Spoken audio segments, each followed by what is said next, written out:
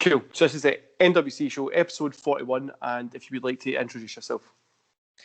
Hey, I'm Aaron from WrestlingByWooldridge, just to make videos about mainly on match analysis. So yeah, great to be here. Thanks for having me on, Barry. And thanks for taking the time out your day to come on and stuff like that. I've been really enjoying your channel recently, and since you commented on one of my videos.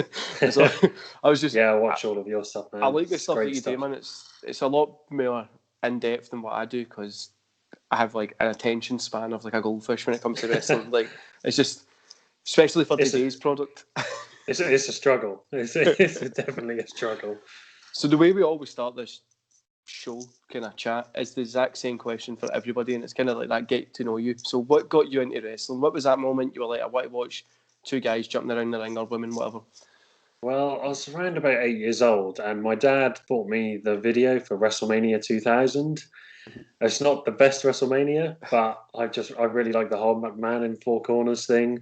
It was a really diverse show. They had that match. They had the triple threat for the European and Intercontinental Championship. And obviously they had their first triangle ladder match with the Hardys, Dudleys, Edge and Christian. I think there was a wild hardcore match as well. Just seeing all those different kinds of matches just really got me into it. And then ever since then, been a fan of it. So... And I think we're probably around about the same age. So I turned 30 this year, maybe like a couple of years in between us. But I got into it when, like, 1999, 98. So I saw some WWF, but then I got really into it when it was like King of the Ring 99, WCW. Again, it was VHSs. My mum got me some of them. Yeah. I remember the day, because I was out there, and I remember getting them. It was at this place called The Forge, which is like this weird market in Glasgow, which is... Right. It's just a weird kind of place. You can get whatever you want there. So we went and we were there. I got them, and I came home and I literally ruined them. Like, remember VHSs? You watched them too much, they would start to like snap and stuff like that. But terrible. That was I was being old already. 2 minutes into the podcast and we're already talking about the good old days for the VHSs and stuff. Yeah, I never really knew where to get them from. My parents just would buy me random wrestling tapes every now and then. So, but I never really knew what WCW was back in the day. Just because obviously the internet wasn't really prevalent back then, so it's mainly just WWF. But I was the other way around, because I knew WWF obviously, but then they were only on Sky and we didn't have Sky. But WCW was on Channel 5, so I was able to watch WCW. So I really fell in love with like Sting, Goldberg, Hogan, all that kind of stuff. But strange because sorry, man, I know you go. No, it's just so strange because I think my dad was a WCW fan mainly because he always talks about like Ric Flair, Sting, Goldberg. But for some reason, he only bought me like WWF tapes. So whether he like converted, I don't know. I just love that time in history as well. Like from there till like 2011-ish, 2011, whatever you would call it, was really just a fun time in wrestling history. And then it just a wee bit... So since we're talking about it, what's something that you dislike about today's... No, we'll start with positive. What's something that you like about today's product? The wrestling, mainly, I think. It's just such a high quality, isn't it, all across the board? There's different styles everywhere.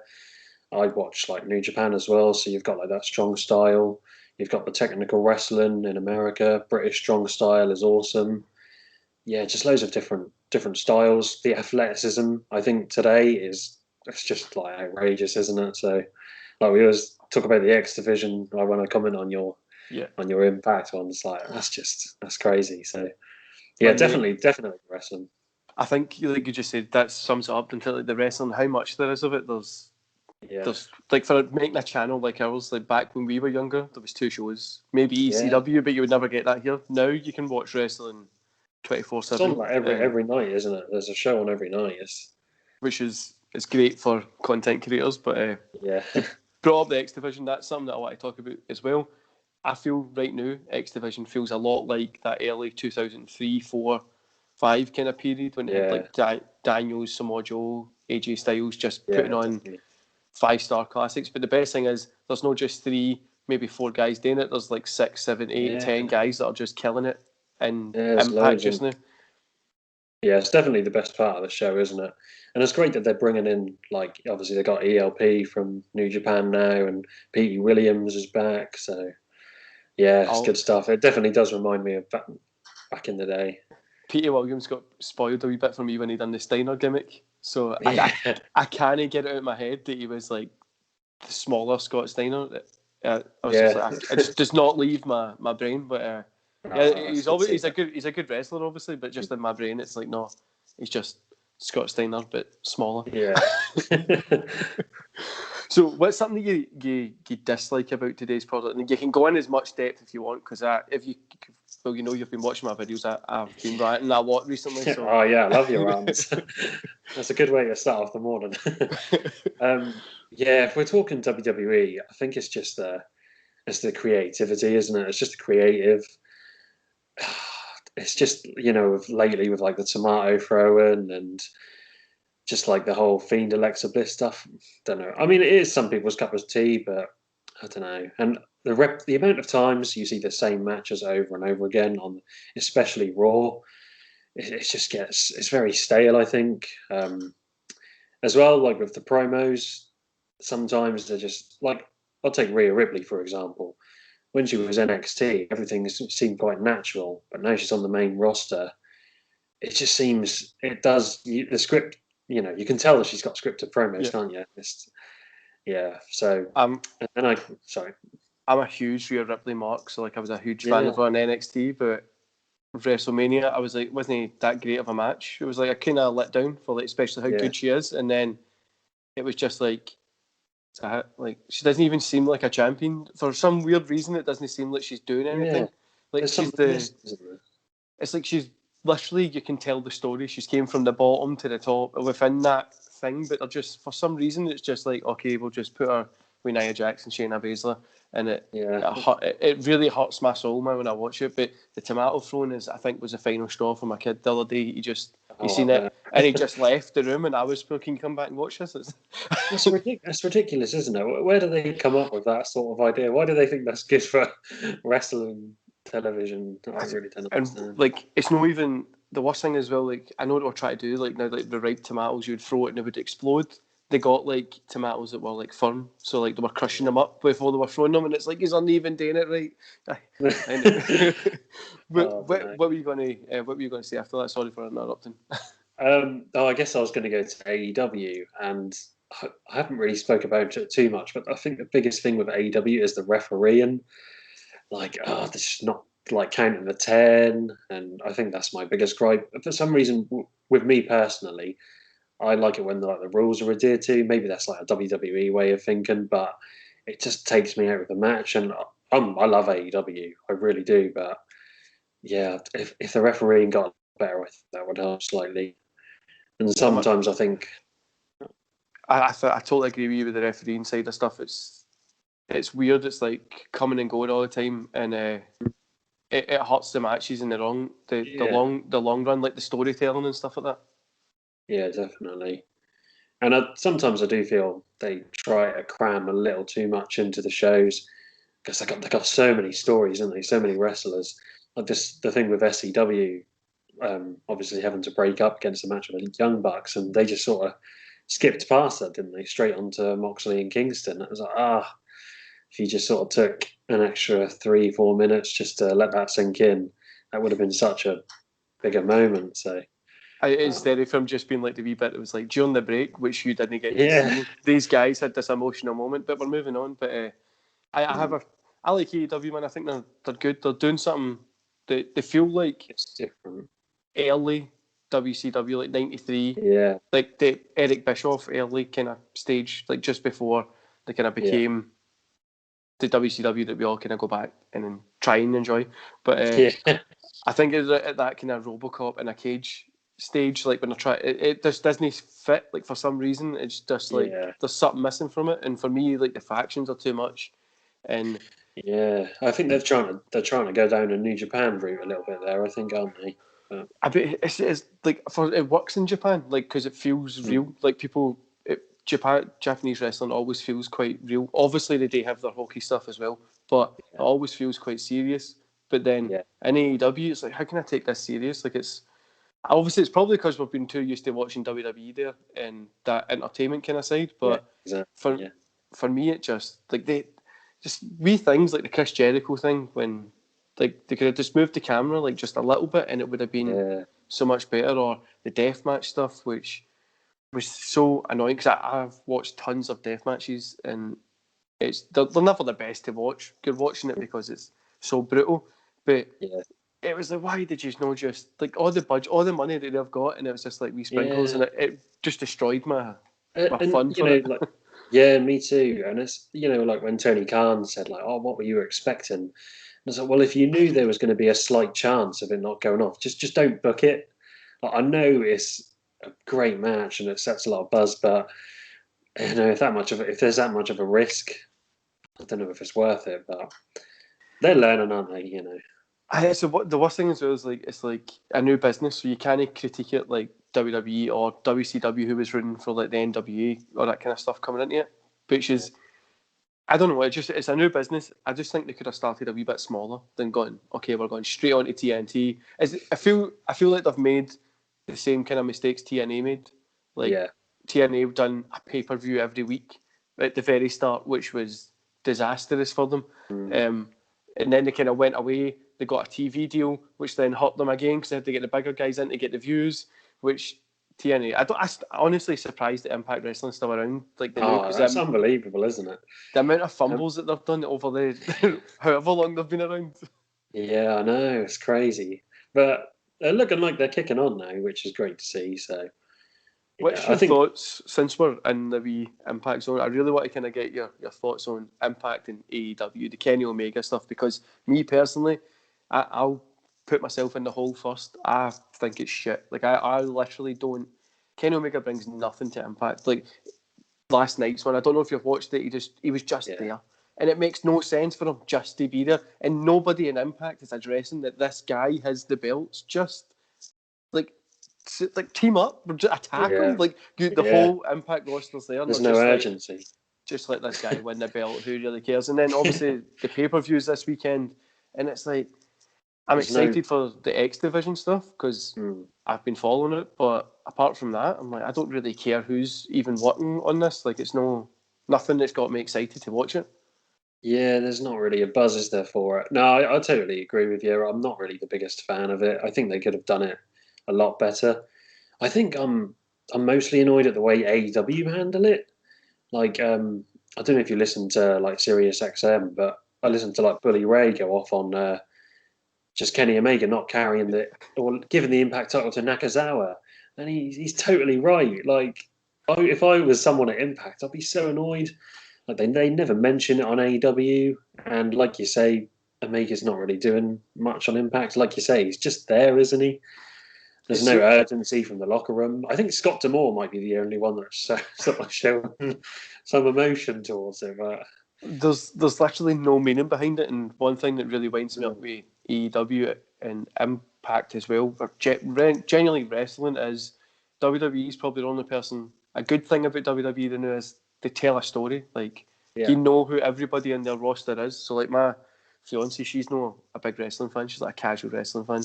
She started to watch it more because I'm doing this and I kind of make her, so that's there. But she knows WWE. She knows literally most of the roster on WWE, like the main people, the mid cards, that kind of stuff, which you need to kind of know to get the stories.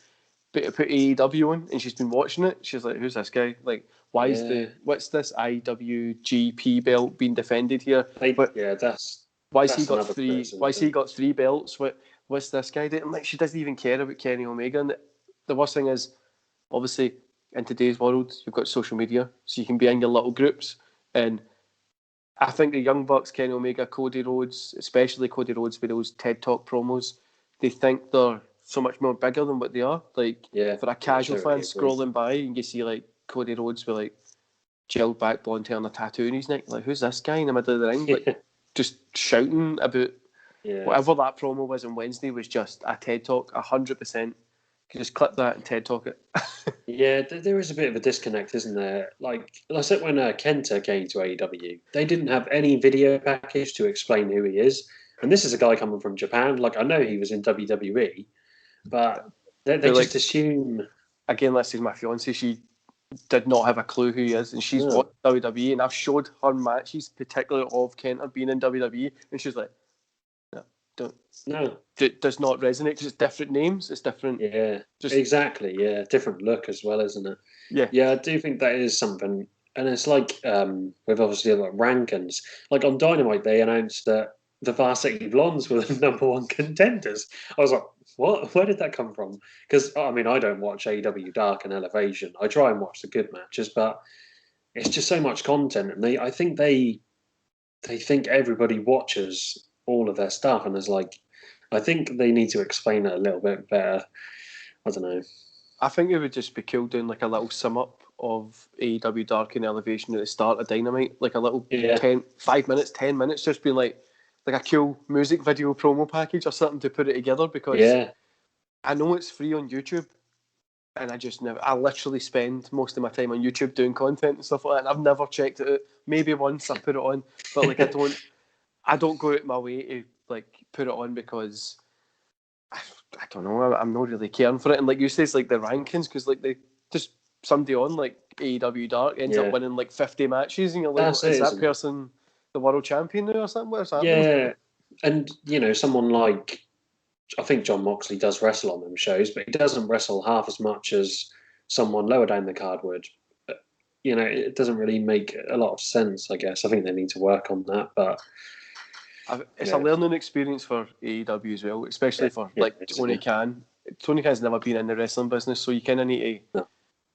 But the worst thing is, how much leeway do you give him? Like I've been a fan for 20 years. Well, you should kind of. Yeah, I know what you mean. Not that hard to kind of. Well, it's obviously hard to get a show like that working, but like, come on, like, surely somebody must have been able to tell him this isn't going to work, like the death match. Like, what did you expect? At least something deathy. Like, I don't know, like just like sell it to me. Yeah, no, I know what you mean. Yeah, I think he is just like he just seems so excited at the minute. He just wants to do everything all at once, bringing all these free agents. I think eventually he'll. That's another problem I've got as well, is how many people they bring into AEW at the minute, and it sounds like It sounds like I'm pure criticising AEW. I watch it every week, and it's my favourite part of the week as well, because it's refreshing. Plus, it looks like WCW, which I'm a big WCW guy. It has the same kind of look, but it does feel sometimes like Tony Khan's just collecting like the figures. Like, now you're a kid, I need to get like Big Show and Sting, and I'll put them together. Like, and sometimes it feels like that, but I get like Sting. I'm literally the biggest Sting fan ever. And I just don't like it. I get where it's it's okay, but like it doesn't make sense. On the show. I think they've had Sting on the show like every week since he debuted, and he does nothing. I feel like if you gave him put him on the show, have him not on the show for 2 or 3 weeks just to build up the hype for him, make it like a special appearance. I get that he's Darby's corner man, but that he seems to have lost some of his sort of aura, if you know. He doesn't really do anything with Darby. Like, I love Darby Allin as well. Like, me too. I'm a big fan of. Obviously, AEW helped me discover him. I think I've seen 1 or 2 of his stuff before, but really, like, since he came in, I was like, that's a guy I'm going to support. And same as like Adam Page and stuff like that. So AEW's opened up those doors to make it easier. Of young guys.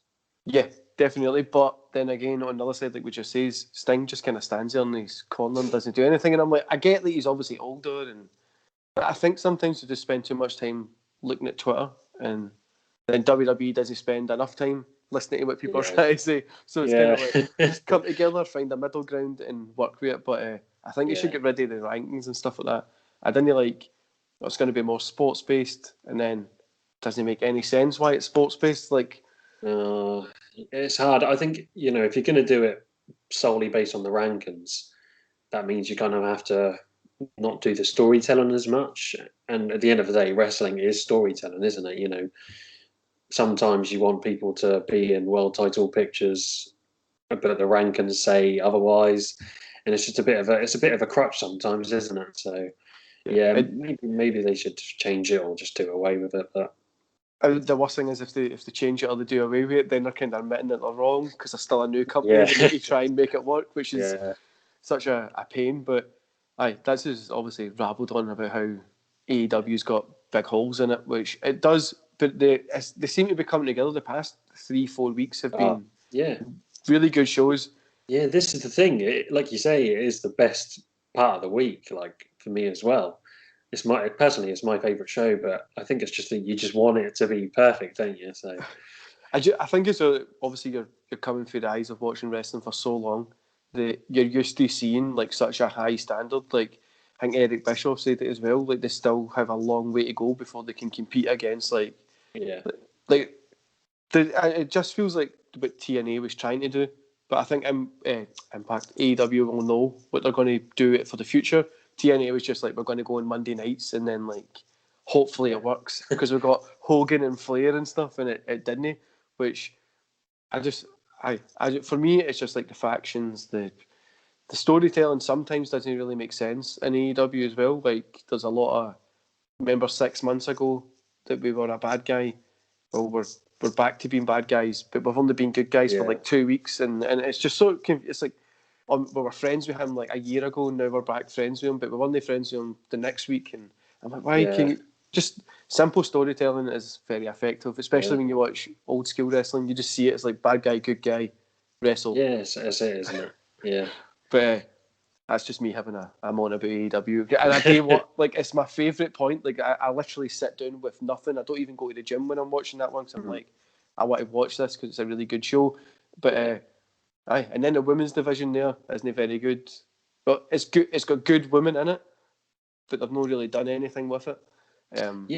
Like obviously they're really high on Britt Baker, aren't they? But like Sheeda's your champion, and has she been on the show for the past 4 weeks? Like it seems to be all Britt Baker, Britt Baker, Britt Baker. It's like, show us some Sheeda. You got to build a feud takes two to tango, doesn't it? But I thought they would have done like Impact's Women's Champion would have took AEW's women belt. So then it would have been like the two different brands I've got. Because Impact's women's one is really good, and Britt Baker can challenge. I forgot her name.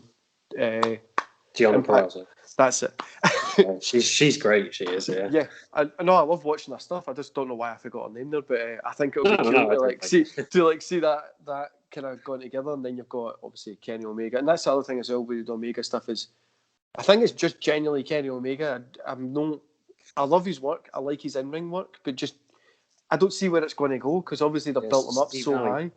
Yeah, like it is devaluing. And Impact's obviously, it's like, who's going to beat him? Because whoever beats him, who else is going to beat that person? Because you need to, you're going to make like 6 big people that nobody can beat, and then you've only got these 6 big people, unless they bring Samoa Joe back or something like that, which I'd love to see it. But I don't even know if that would be a fun match to watch, especially Samoa Joe's been doing this for so long. He's been out of it a little bit, so who knows? But WWE, we've been moaning about AEW, so let's moan about the big company, the Disney of wrestling. Yeah. Raw is terrible. That's it. It is. Don't watch Raw, miss it. Get the YouTube clips. Even at that, just look at the screenshots and that'll be enough. Because it's it is, isn't it? Yeah, it's hard. It's hard. Well, the thing is, I didn't really watch Raw too much. Like I'd watch it now and then, but I mainly just sort of read up on it and watched the highlights. But when I thought about doing my channel, that was when I sort of started watching Raw. So yeah, I've only started watching it recently, which is probably the opposite to most people. But yeah, it's not great, is it? No, man, I was the same when I started doing the channel. I was only going to do like pay-per-view reviews. I don't know if you've checked any of my early videos. I didn't even have a camera or anything. I was just like speaking because I was so nervous to be on like camera and stuff. But then I was like, you know what, I'll just review Raw and stuff because it's there. And I was watching it, so I was like, I better review it to get the stories. And it just seemingly went like off a cliff. Like literally, COVID started, and people keep blaming like, oh, when people are back, it'll get better. And it's like, but it's literally an entertainment show. It's like saying, when a movie's in a cinema, it's going to be better than watching it at home. Yeah. Like it should be good either way. Obviously, different experiences if you're there. But I can't understand how that promotion can have SmackDown, which is a pretty good show, and then have Raw. Like, I don't get it.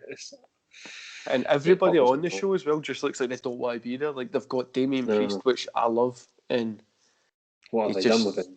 And then what was the lumberjack match? Like, oh, I want a lumberjack match. Like, where did that even come from? Like, I was like, who wrote that? Like, just, you know what? It could be any match that I want, cage, anything. I'm going to go for lumberjack because we've got enough people in the roster to just throw it there. It's so random, isn't it? It's like the Hurt Business. I know everyone's talked about it, but how do they not know that was one of the most consistent parts of their show, and then they just want to break him up just because they think it'll make Lashley look stronger? I mean, I have no idea how, but it's just things like that. Like, they make such bad creative decisions, and then they get rid of the good ones. Like, they've just broken up Shelton and Cedric, and they haven't really got any tag teams on Raw, have they? And that is a tag team that you've built up. So I was never a big Hurt Business fan at the start. Then they cut a promo. One time I watched it and they cut a promo. It was just amazing, and I was like, I'm like these guys. I like Bobby Lashley, but I'm never like, I don't really like him as a world champion. I don't know why. Yeah, me too. I just feel like I don't know. Like he looks the part, but obviously he's like jacked. And you don't need to make him look strong. I think it's the booking, the way they've booked it. Like when he was in Impact and he was the champion there. I don't know if you watched any of that stuff. It seemed a lot like more like believable. Brock in a way, yeah. And then here you're just kind of like, I think that's it. That people are comparing him maybe a little to Brock Lesnar, and compared to Brock, he obviously a little bit underwhelming. I think it's the promos as well. Like he can cut a promo, but I think when you have that dynamic of MVP, who's a great talker, and Bobby, maybe it'd be better if he was just as the silent type like Brock. And you could make fun of it as well. Like he just didn't you make fun of it. Like Brock just says a couple of words every now and again. Like he doesn't even. He doesn't go. So impactful. He's not like Brock Lesnar's not a talker, and just standing there. And then when he does say something that means something, that we could. But then I don't think they want to try and make Bobby Lashley exactly like Brock Lesnar. But you're like, why not? Like it would be great. Like because he looks the part.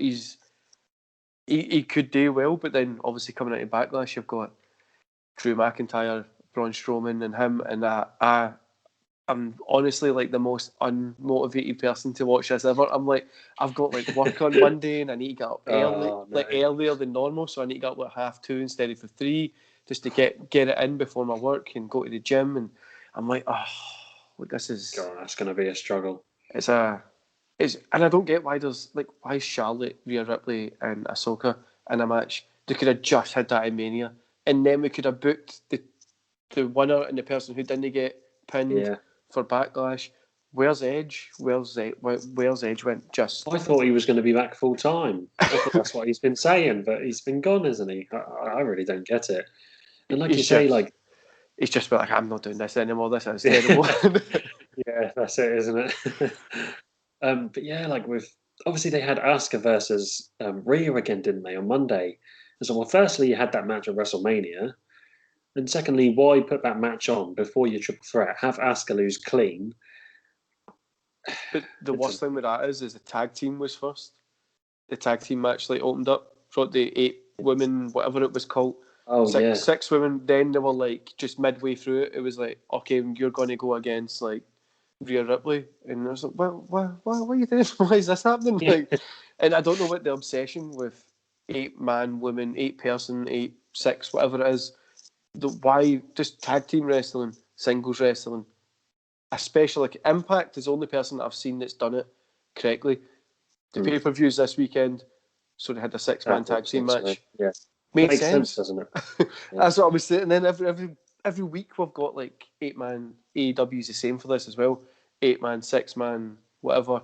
Which AEW's lessened it a little bit, but like WWE's just went, we're just going to turn the volume from like every 1 week to like 50. That's all you're getting now. Just every wrestler we've got is in that ring at the same time. I'll tell you what, I did forget another negative. Nia Jax and Shayna Baszler. Just seeing them every Monday, and then you got to see them on Friday, and oh my god! I don't know if you've watched my fantasy booking stuff, man, but I booked them really good. I don't think it's Nia Jax isn't the best wrestler. We can all agree, but she must be there for a reason. If it's people think it's because she's The Rock's cousin, whatever, doesn't matter. She's there for a reason, so she has to put a show on. That's the end of it, really. And Shayna Baszler was great in NXT. She could have literally. I don't know why they didn't just have her go against Ronda Rousey or team Nails 2 up, because that literally makes sense. But I booked my fantasy booking stuff and it was great. No blowing smoke up my own ass, but it made sense. There was just it made sense. Like I was like, oh, we'll unify the women's tag team championships across NXT, SmackDown, and Raw, because no, you don't need them. And then I had like them going down there. I had Becky Bailey doing a thing, and I had what they call Moon and Blackheart doing like they were all kind of together doing like a TLC. So it was like women's TLC tag match, going to be really good. And I was like, then it brings that belt together, and it means it makes something, because there's a small amount of women tag teams, and you can put it across 3 brands, which will be better. Yeah, I mean, I'm quite surprised they haven't made like a mid-card title for the women. Like, as you say, they haven't got many women's teams, so why not just make a mid-card title where the women, like, you know, your girls from the Riot Squad, Natalia, Naomi, Lana, they can all, I don't know, I feel like it elevate them all a little bit more. But I think you could, like, you bring back a TV title or something, like give it to the women, like, because then that belittles what AEW is doing, like their TV championship, or their ones for like for like lower cards, women or men, whatever. I think they should just make it a belt you could have, like women against men as well. Like I would like to see that, because that would be interesting. Because it would be like the Royal Rumble should just be everybody in it to win it, because if the women win it, then it makes the women's championship the biggest part of the company. So, for instance, if the men were in and Bianca Belair still won, that would make that match the biggest match in the company. And everything's totally Bianca Belair wrestling some dudes for sure. But that would be interesting. That's every women wrestler that I've had on here. That's what they've said they would like to see, because when they train, genuinely mostly train with men, because there's men that go wrestle. But there's too many belts for WWE. It's just like they're ugly looking. Like they don't look anything like this anymore. Like but they're just beautiful, isn't it? They're horrible looking, like that blue with the red. They're all the same. Yeah, just I really like the Intercontinental belts. Okay, in the United States, because they're different, aren't they? Everything else has the WWE logo on it. I don't get where they're coming from, and the worst thing is, like, for me, I said this in a podcast the other day as well, is Eva Marie coming back, and so I do marketing and advertising, and I know somebody's been sitting just towards the end of the day and wrote Evolution down, and then like their manager's been like, that's what's going to sell, which it hurts as somebody who's in that kind of industry. You're like, why have you done this? Because it's terrible. Like, it doesn't make any sense. And nothing against the women's probably genuinely a good woman in real life, but nobody has asked her to come back. Like, no fan. There's been nothing. Yeah. I kind of get a sense that a little bit. She went to go out and do something else. That didn't work. So she came back to WWE. Like, well, you'll do. I'll settle with you. That's kind of the vibe I've been getting from it. And I just feel they've just gave her like Camilla's character as well. Oh yeah. Vince loves that character. Yeah, and I'm like, just. And the worst thing is, it's like, how can you make it better? Like they've made it so bad that they could just take a break. Go, look, we're taking the 6 months off. We'll come back and everything will be new. Like even right down to the TVs on the side of the ring. That annoys me as well. I'm like, just put ring aprons on it, because then I might think somebody's going to go under and pull a chair out instead of from. Yeah, you're right. I can't pick this TV up. You know what I mean? They never use it. Like, pick the TV up and put somebody through it, or do something like cooler with it. But literally, I could moan about WWE for hours. But I watch it as well. That's the worst thing. Like, it's people go, why do you keep watching Raw? Partly because of the YouTube channel. I need to watch it because I want to review it. But also, I hope it gets better. Like, I've seen good wrestling, like really fun wrestling. So I hope it's going to get better, and that's why I keep watching it. Because that's what I mean. You know, there is glimpses as well. Obviously, you got Randy Orton and Riddle. I think that's pretty interesting. Yeah, there's nothing against the guys and the girls. They are putting in the effort, aren't they? But I just think the creative they get, it must be such a struggle. But Aye. Like, it's like if you're going to work and finding out you're like working late shift that night, you're like, oh, yeah. like, 6-man tag. Oh.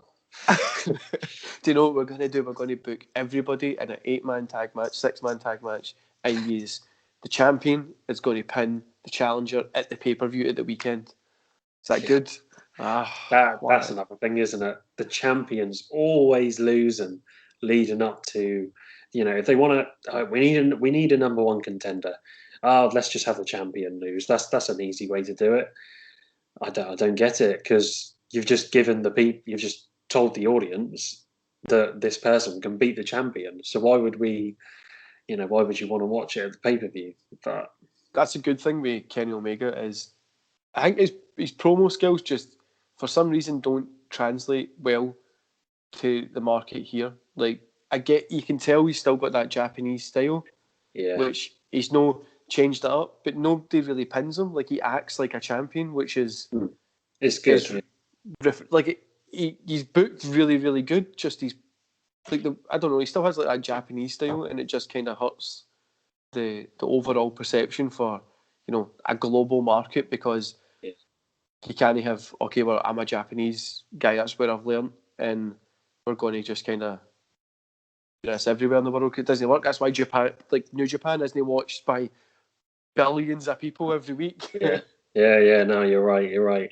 It's like you say, going back to the faction thing. Like, just because it works over there doesn't mean it's going to work with an American audience. And the Hurt Business, because we're talking about the factions, when they broke up Alexander and Shelton, I literally just paused the show and walked away for a bit, because I was like, they're gonna keep like the smaller Hurt Business a tag team, because those two guys are insanely good, and then it's like, no, we're going to break them up, and then I was like, right, cool, they'll break up and they'll have a match at the pay per view, they'll maybe go into a little story. No, literally the next week in Raw, they had a match, and I was like, what is that hit? Like, there's no even at the pay per view. There's no buy off. There's no build. There's nothing. It's just done. Like, that's them done, and we're gonna like the Retribution. They dropped that because it was fucking terrible. Yeah, but it hurts. it does. Their whole Retribution thing was ridiculous, wasn't it? Like, it's so hard to like still love wrestling, and something that I feel, I don't know if you feel this as well, is what's made wrestling kind of still relevant and pushed it through is like the network kind of style. Like, you've got the network, you've got Impact and stuff like that. But what's hurt it as well is, why would I watch today's product when I can go watch Ric Flair, Ricky Steamboat, Randy Savage in his prime, Hogan, Taker? I can go watch all them in their prime.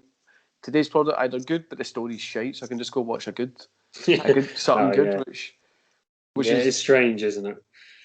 I think it's a good decision, because I like to be able to go watch whatever I want when I want, but it's a bad decision as well.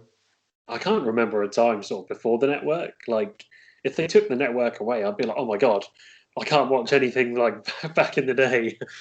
So all I remember is HMV. HMV, I don't know if you remember this, Tag Classics. You get a DVD and it had like 2 DVDs in it, and it'd be like the old school. I had a couple of them. But they would blur out the WWF logo when it was Attitude Era one. They used to blur that out, so you would just have like all these big blurry images, which obviously showing my age now. But it used to hurt to watch it with those horrible, like, and then sometimes you'd get it and it didn't have the blurry bits on it, and you're like, oh, this is good. They forgot to blur it. No, I think I do remember that, actually. I think it's a weird period in wrestling just now. It feels like that, because I do a watch along for 1993, and it makes me want to pull my eyes out sometimes. Like, I'm at the point, it's April or August 9th, I think I just recorded today, and it was just like a Lex Luger show, and he was in the ring with Yokozuna, and he was pure soaking in sweat, and I'm like, gee, you're just talking, like, it's just like the steroids like vibrating out of you, like it's like horrible to see, but it's like, I would prefer to watch 1993 Raw compared to like today's Raw, because I had the midget Macho Man and stuff like that, which is getting weird. It's getting to that weird point of wrestling when it was like the dark days, but I think we're in the dark days just now, and I'm hoping it comes better, gets cool again, and then we can be like, oh, we stuck with it.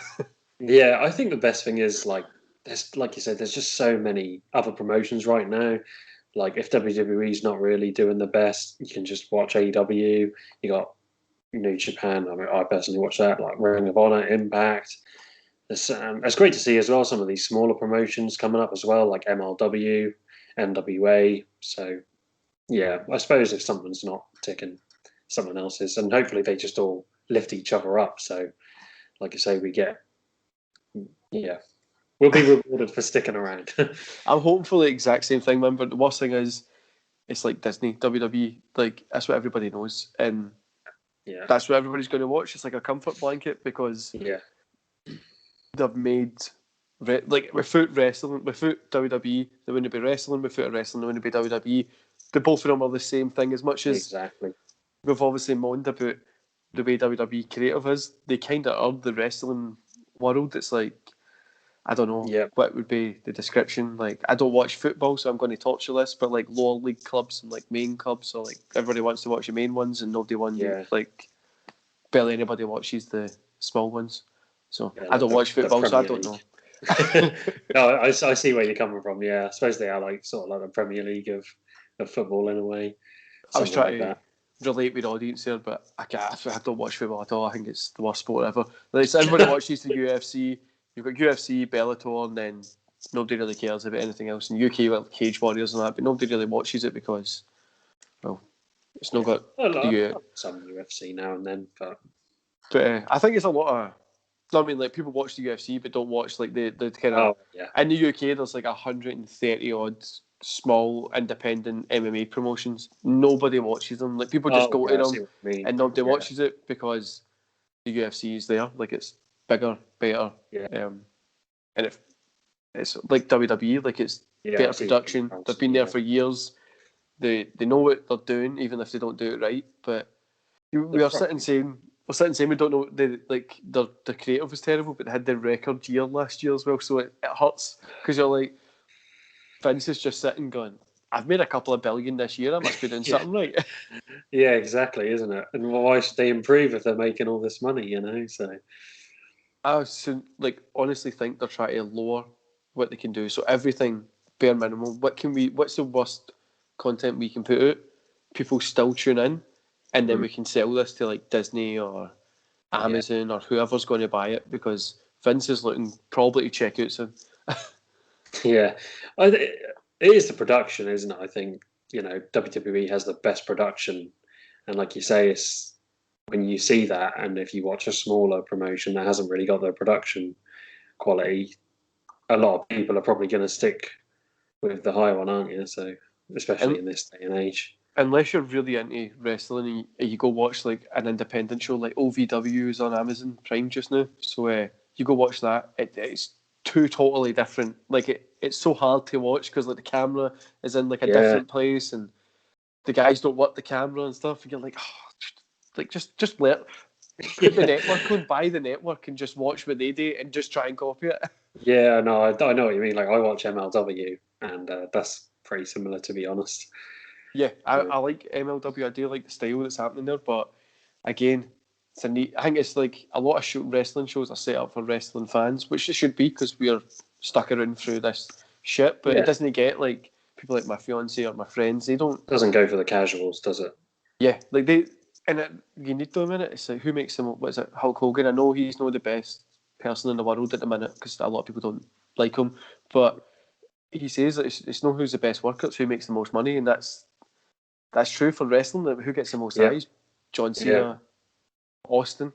Austin done like the same 6 moves every match. You knew he was going to win with that stunner, but it was just to see him hit the stunner and drink beer. Yeah, you were like, exactly, this is going to be great. And the Rock wasn't even that good when you go back and watch it. You're like, how did he get so over? This guy's pretty shit. It's just his charisma, isn't it? You know.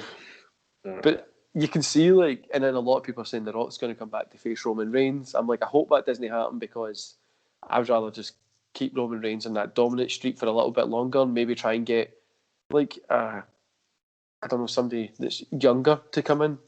I was honestly hoping it was going to be like Samoa Joe or somebody like that, but that's... that was the match I was hoping for. Like, as soon as Roman Reigns did that Tribal Chief character, I was like, this has got to, we've got to have Samoa Joe, Roman Reigns. And then they let him go. I was just like, oh my God. But yeah, with The Rock, I think I agree. I wouldn't want to see like your standard Rock versus Roman Reigns. I listened to this podcast a while ago, and they said they would like to see it if The Rock was like Dwayne Johnson, like Samoan Dwayne Johnson, just stripped away all of his character, just came back and be like, I'm the head of the table, and just do it like that a little bit. I think, because I'm not sure if the Rock character would work with the Roman Reigns character. I'm not sure how that dynamic would work, but I think the Rock character, I don't know if you remember this, that back in 2003 with Goldberg, like Hollywood kind of, he was more like Dwayne Johnson, like he was more obviously just himself turn up a little bit, or when he was against Cena as well, like that kind of, like he wants to be the best, just that a guy being there. But there's so much they can book with like just Dwayne Johnson turning up and being like, I'm actually the head of the table, I've got you this position and stuff like that. They could book a ton, but you know, but WWE's like, they're going to fumble it. Nobody's going to, everybody will shout, and then they'll be like, oh, but we made like 70 billion or something, you know what I mean? They're like, what? So I mean, what they will probably have to have The Rock come back as The Rock, because like, as you say, just get fans in, don't you? It's a money maker at the end. It's like Hulk Hogan turning up as Terry. Do you know what I mean? Like, nobody's going to come and watch Terry, but everyone would say, come and see. If you boo him or you love him, doesn't matter. You still, if you met Hulk Hogan, you still shake his hand because it's fucking Hulk Hogan. I mean, Ric Flair's the same. Like, I mean, it's not going to be like one of those things that you're like, oh, I'm not going to speak to him. Like, try to be cool. I mean, like, there's no, you're going to shit yourself and talk to him. Yeah. But, I'm in wrestling at the minute. It's such a weird period, and I think we've all picked, like, the most of these that are doing this YouTube shit, we've picked like a weird time to get into it because it's really getting really stale, and I think everybody's saying the same thing. Like, this is, I felt like up to WrestleMania, it wasn't great by any means. Then it just dropped off, and then I think it was yourself. It was like, oh, this week for Raw was better than the past couple of weeks, and I don't know if I commented it, but I was saying it on one of the podcasts, and I was like, it's like picking your best flavour of like your worst food. Do you know what I mean? Like, you're not going to like anything, but it's 3 different kind of foods that you can try and go for, which it hurts to see, especially like you're saying your VHS moments. You can remember when you're a kid and like watching wrestling, and it just means so much to you. And then you watch it now, and you're like, how can you like take somebody like Rhea Ripley or Damian Priest or Charlotte or Shayna Baszler? There's a long list. How can you take somebody like that and just like Aleister Black? How could they take somebody so cool? Like, just have the guy, like, he's got a Muay Thai background as well. I'm like, just have the guy do his thing. He's good, but no. I'm watching Aleister Black in NXT. I was like, this guy is world champion. Like, his character is amazing, but I think it's just they're creative, just not knowing what to do with that kind of character anymore. It's like, but you're a company that booked The Undertaker, and you can't. I know Aleister Black is not really like The Undertaker, but you know, they can't book a kind of like quirky character like that.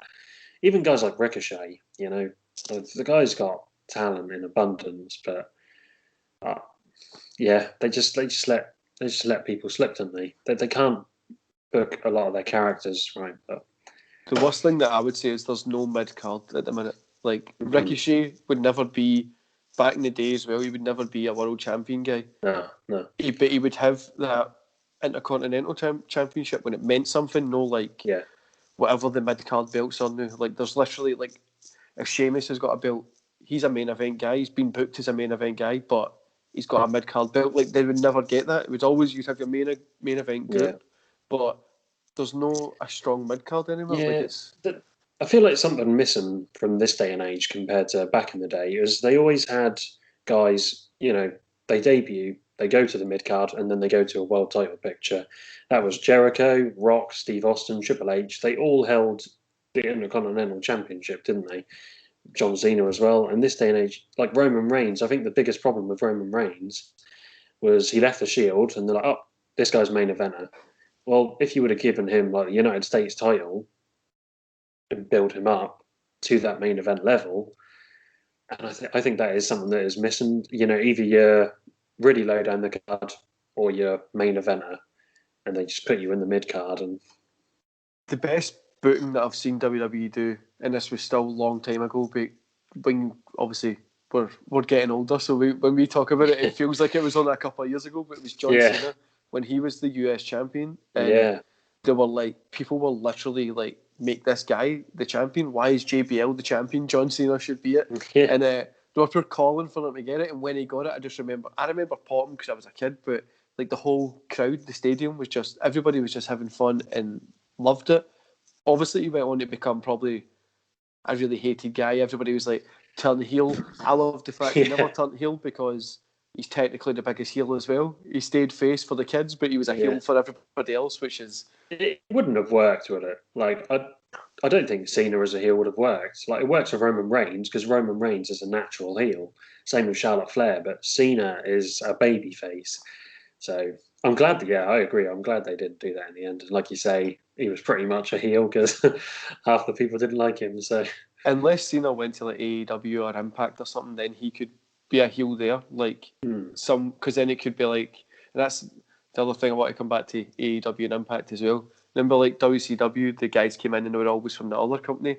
I thought that's what they were going to do with like AEW, like or Impact. They don't mention Impact. Just be like, oh, these guys are from the other company. Like we can't talk about these guys, and then people are like, what other company is it? WWE? Is it another company? Like how do I check them out? It creates like awareness, but aye, wrestling is a weird thing, and I long for the days back when I was younger and I would moan about it, like in 2007, 2008, and I was like, oh, it's not the same as when it was. I'm like, I just want those days back, that they'll be better than what we're trying to deal with now. Man, so coming up to the end of the podcast is 3 questions. Like, I know I say I don't follow them, which we haven't. We've literally not answered any of them. So we always stick to the same 3 at the end because I love asking these ones. So who's your favourite wrestler of all time? Chris Jericho. Yeah, I'm a big Chris Jericho fan. Obviously, he's not as good as in the ring now, but he always had great matches back in the day. And I think, the guy has just changed his character so well every single time. No matter what company he's been in, he's always just been able to. I can't think of the word, but he's always been able to adapt into a different character, and he's great promo. He's just an all-round. He's an all-rounder. So, did you watch his thing with Stone Cold Steve Austin? Because that was I did. Yeah, that was. What did you think about it? I loved it. I thought it was like such a cool thing. Loved it as well. Come over, and they spoke about AEW a lot more than I thought they would have. So that was quite interesting to see that they did. I'm not too surprised because I think Jericho and Steve Austin are 2 guys that are like, we don't really care. So, and the way Stone Cold says, the way Vince McMahon like just texts back like, do whatever you want. Like, it just shows that Vince doesn't really care what's happening with AEW. Like, he probably wants a new WCW so he can make even more money because he knows, I've done this before, how to beat them. And another thing, obviously, I'm pure belittling the AEW here. The way WWE shows you how good Vince is. He puts NXT on a Wednesday to belittle AEW because it's like a sort of development brand that they're going up against. They're not going up against our other brands, but I think a lot of people saying he's like, he's afraid of AEW, but no, doesn't look like it, does he's it? a businessman. Like when I've spoken to people that are millionaires and multi-millionaires, I've never spoke to a billionaire yet. That's one of my goals, but they do not care. Like they literally don't. They've got enough money. I had a kind of interview with a guy who was a multi-millionaire the other day, and he literally does not care. Like we went for drinks over Skype. Sent me drinks to my house over Skype, and it was like 60 quid, and I was like, you're interviewing me, like I'm getting a position out of this, like I'm trying to get a position, why are you paying for me to, like, I don't get it. But it was weird, but they don't care, and Vince is fucking, he's not going to care. He's been in this that long, like he'll be like, I hope they come up so then we can beat them. But I agree with you on Chris Jericho. I do like him. I wouldn't say he's my favourite. WCW, I preferred him, that early WWF stage, but I never really liked when he started doing like the him against Austin and that kind of stuff. Those matches never clicked for me, so I just kind of fell away from him. But I do like him. I guess that was because, like as I said before, like I didn't really watch WCW, so I've only seen the Jericho WCW stuff like after the fact. So I first was into Jericho after it sort of debuted. So, but yeah, I think it's just his charisma. Just I like his charisma. So. And what's your favourite event of all time? Just if you can pick one that you'd sit down. Everybody says WrestleMania 17. You can say that if you want, but. No, I was going to say I've seen like a few of your podcasts, and I know everyone says that. That probably is my favourite, but I won't go with that one. I like ECW One Night Stand. I loved that show. There's one that not too many people talk about: Survivor Series 2003, Team Austin versus Team Bischoff. That was a stacked card. Yeah, I really like that. Literally, first person that said it. I keep trying to tell people a lot of people haven't seen it. It's one of the best Survivor Series matches because so good. And it, like, again, that we're talking about a big 8-man tag match that meant something. Like when Austin, I don't know, should I ruin it for people? It's so long ago. When Austin finally like loses it, and he's like, it's just you're like, this is and Taker against Vince, which stole the show. Shane against Kane. Yeah, and they had that. They had a SmackDown 5-on-5 match as well. And that was when sort of Cena was coming up, Benoit was coming up, Brock. It was an insane card. I literally watched that when I was younger to the death. Like it was just that one in 2002 with the Elimination Chamber. Yeah, that was great. That was great as well. Both of them were just like say great kind of shows, but that 03 one is one of my standout ones I always go back to and watch because I love seeing Vince just put on a show and sometimes be better than the wrestlers on the card. He is so underrated, I think. Like, I know he's not the best in the ring, but the guy just knows how to tell a story, doesn't he? He gets it. So I think every Vince match is entertaining in some sort of shape or form. For me, I'd say he's the greatest heel of all time. Like the best thing is as well is people will say stuff about him. Like last year when he turned around, he had that big dinosaur head like behind him, which was like if that's just in your office, like what does your house even look like? But he has people eating out the palm of their hand. Like even when Jericho was coming back to WWE Network, he was talking about like asking Vince, can I go do this, and like I'm going to go to Japan, and like I want to make him proud and stuff like that. And it's like he is the wrestling world. As much as people don't like him, I wouldn't say he's the best booker and stuff like that in the world, but he literally is wrestling. Like that's when he goes, they'll need to take a break no matter where you're. Everybody will just need to take a little rest because he made it into this giant machine what it is today. Exactly. I mean, there is a lot of negative, but at the end of the day, that company has done a lot of good, and obviously Vince is the man behind it. So I think as well, it's the too many cooks spoil the broth as well, isn't it? Like it got so big with a creative department, a marketing department. It just used to be him, didn't it? It was. It just used to be. And then I don't know if you listen to the Jim Cornette kind of stuff. I love watching him I love listening to him just shout about stuff. I need to. Which I haven't, but I need to. You need to listen to him talk about AEW because I don't agree with most of what he says, but it's hilarious when he's just like shouting and stuff like that. But I think he was saying that it was only like him, Patterson, and I think somebody else would just book the show. Like that was it. There was nobody else, and it's like you're between the owner of the company, who was a multi-millionaire, the owner of the company, the creative department, and the wrestlers. There's like a couple of steps. There's no, but now you've got obviously agents, road agents, and their managers, and it's like if you're in a job for a big company, which I think we've all had at the kind of. I tell like you're like, I need to get like time off, and it's like, cool, you need to go into this like system, you need to book the time off, and you need to send it to this person. Just forget it. I don't even need the day off that much. I'll phone in sick. Yeah. But the final question, man, the question that everybody either has the answer for straight away. Don't know if you've been practicing for this one or the hum and haw for it is, and I'll tell you my answer after I've asked it. If you could replace somebody or add yourself to any match in history, what would it be? For me, it would be SummerSlam 94, Blue Steel Cage, Bret against Owen. I'd replace Owen only if I could wrestle as good as Owen Hart, because that is my favourite match of all time. Second to that, which I've just been adding in recently, is No Way Out 2006, Taker versus Angle. I'd add myself in as a referee because that was a good match. That was fantastic. The SmackDown one after that was great as well, but I prefer the No Way Out one. But what would yours be? That's a tough question.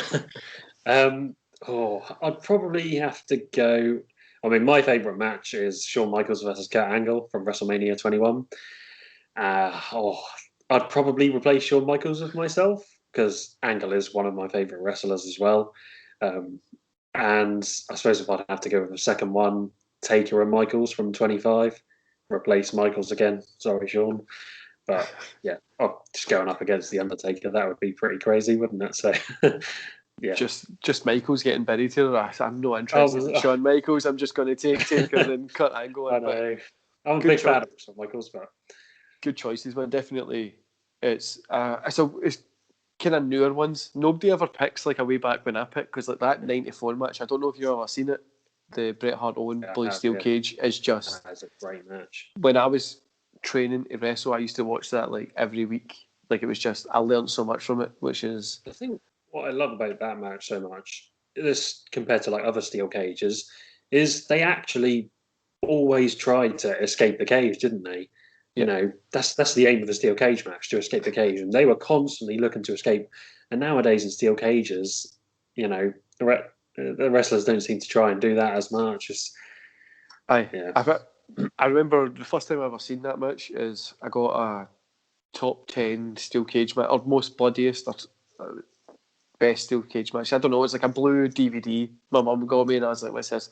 There was like the Jimmy Snooker one was on it, Ric Flair had that one and a few others, but that one just always caught my eye because I love the blue steel cage, like the look of it, because I think it looks cool. Awesome. It looks so like retro and classic, and it seems like it would hurt a lot more than the mesh because if you ever hurt yourself off like a fence when it's like just solid, you're like, that's like really sore. But mesh, you're just like bouncing off it, you don't really care. But I think it's just such a cool match. Like everything in it, like says, they're trying to get out all the time, and obviously it's probably because they're brothers and they know how to work each other. But it's probably my greatest steel cage match. I'll say it is my greatest steel cage match of all time. But I'll say that. I'll end this, and then I'll be like, oh no, I shouldn't have said that. There's like 7 other ones that are really good. But thanks for being on the show. I know we tried to make this happen a couple of times. I was sick, got other stuff going on. Know what schedules are like, but. Thanks for being on. Everybody should go check your channel out. I love watching it. You're one of the first ones I check out when you put a video up. Thanks very much, man. I appreciate it. Notification. I'm like, I get to watch it. I try and save them up. I try and do it for SCW, Rated R, everybody as well. I try and save them up so I get like a wee binge.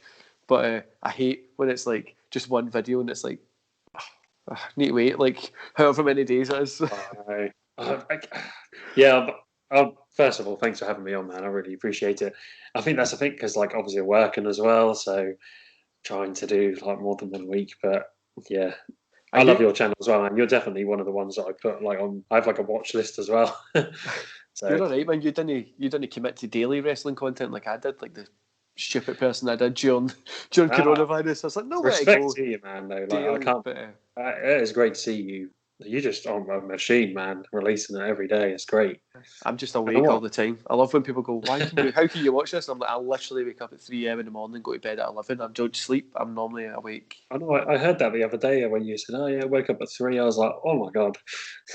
Like 3 a.m., go to bed at like 11, wake up at 3. Depending, that's only if I go out drinking, go to the bar, go to the pub, whatever. I just stay awake because I don't really sleep that much. But I'm one of those weird people. Like, I don't sleep. You'll catch me in the gym like 1 in the morning, just get a good workout in before I need to go do the rest of my day. But coffee helps a lot. But thanks for being on. People should go subscribe to you. You've got really cool videos that go in depth, a lot more than I do when I just normally rant, which is my kind of style. But your stuff goes in depth. I like the style that you've got as well for your videos. Go subscribe to you. Go follow your Twitter. I know you should get Facebook, TikTok, and stuff like that as well. Go whenever you get them. Everybody go watch them. It's the plan. No problem. It's on my to-do list. If you wait there, I'll give you the after kind of information, and I'll end the podcast just now.